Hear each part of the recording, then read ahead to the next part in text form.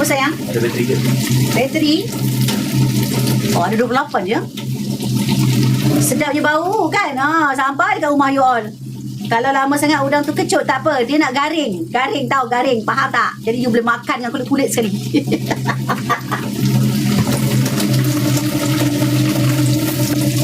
Apa? Sayang, why tweet?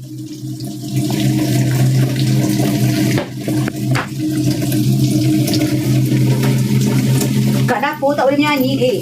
Macam ni okey tak?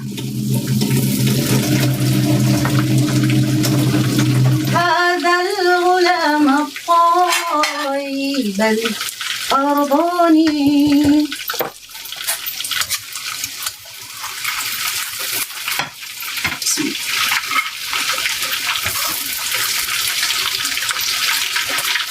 Ini ke rupa? Tak ikut garing ni. Tak cukup garing. Tapi nak kita nak dengar bawang tu. Nanti hangit bawangnya. Okey tu. Nyamuk.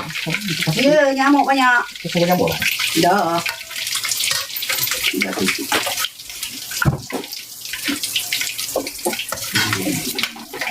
Hazal ulama qaibal ardu. Ni lah rupa dia, nampak?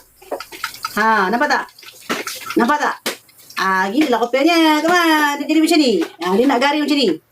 Bawang besar 2 biji, bawang putih 2 labu, betul. Garam, chicken stock, sesuka hati lah nak masuk. Ketumbar 2 sudu. 2 sudu besar, ya. Goreng garing-garing macam ni. Okey. Barulah sedap. Ini kena makan dengan sambal belacan ni. Baru sedap lah. Kan?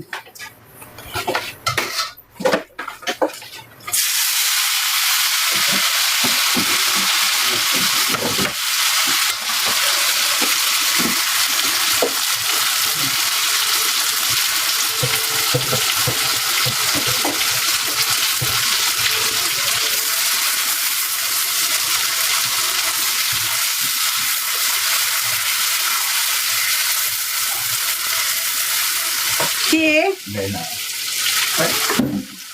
Alright. Kita dah dapat dah resepi hari ni. Udang goreng ketumbar. Nampak tak? Kita boleh garing dia punya bawang tu. Cantik lah. Udang tak payah buang kulit. Potong belakang dia je. Buang tahi dia. Boleh cuba. Boleh cuba. Kak Pura pun first time buat ni sebab dia yang belajar. Bukan aku. Kalau tak sedap, siap kau, Cik Abang. Kan? Boleh cuba. Okey. Nampak tak? Nampak tak? Cantik kan? Kejadiannya. Dia potong, dia goreng garing-garing.